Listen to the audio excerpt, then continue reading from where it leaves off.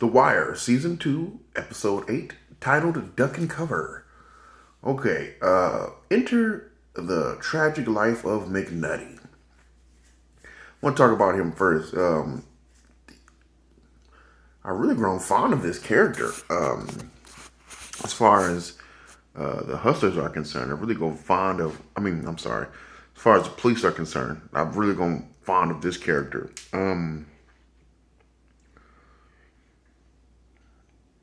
Am I drawing a blank right? I'm drawing a blank right now. So, you see his downfall without him actually doing something he loves to do. He doesn't know how to take care of himself.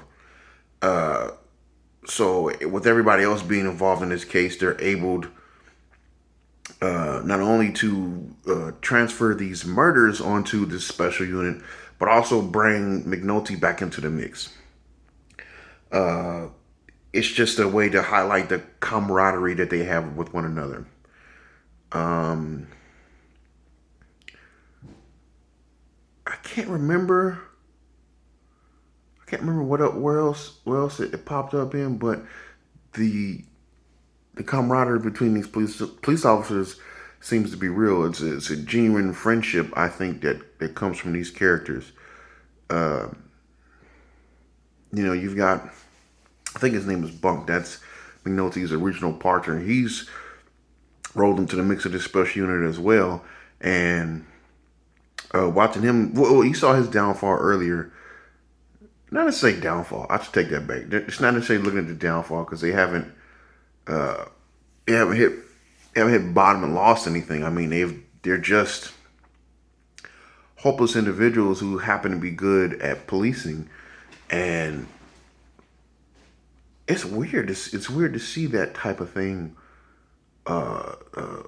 take place on. It's weird to see that type of thing take place. It may not be. It's just unusual. Put it simply, it's unusual. At least for me, is the perspective of these officers is it's strange because I never would have thought. I never would have thought. You see, I'm having trouble getting my words together this morning. Well, it's morning for me. But yeah, you see McNulty's behavior get him in a little bit of trouble, but he kind of bounces back, and now he's back with the crew.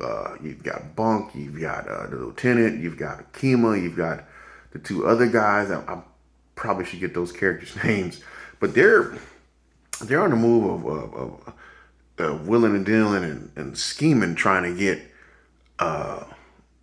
any little bit of money they can, which I think now it's just become a game for them. I want to see what, of course, I would love to see what's going to happen to those two characters. Um, I saved the Hustlers for last. Well, the new Hustlers. I'll put the new Hustlers before the old Hustlers. If that makes any sense. So the new Hustlers, they've run into an issue. They're not exactly as sophisticated as the Hustlers from the previous season, but one guy, he smells something funny. So they've got the works on these guys. They've got phone taps and surveillance, and they're figuring out who's who. They're figuring out what's going where. They're moving a group, and they're building a great case. Look at me talking like I'm a police officer. All right, so they're building a great case. Now, you've also you got the Sabaka, the older Sabaka. He is sniffing around. He doesn't like it, right? So he's like, wait a minute, something's fishy going on. So he does a probe. He does a probe, and they figure out that somebody's onto him. Okay, but they work out some deal with a little bit of brute force to continue getting paid, even though they're not giving product. Which is like, what? Come on, man. I couldn't believe that deal went down. And then you have the younger Sabaka. It's not his son, but it's his cousin. He's still, unbeknownst to the older Sabaka, doing business with these people as far as drugs are concerned. And that's where the police are tying everything together. And for some reason, they can't get a case on these guys unless it rolls into drugs. Like, they don't care.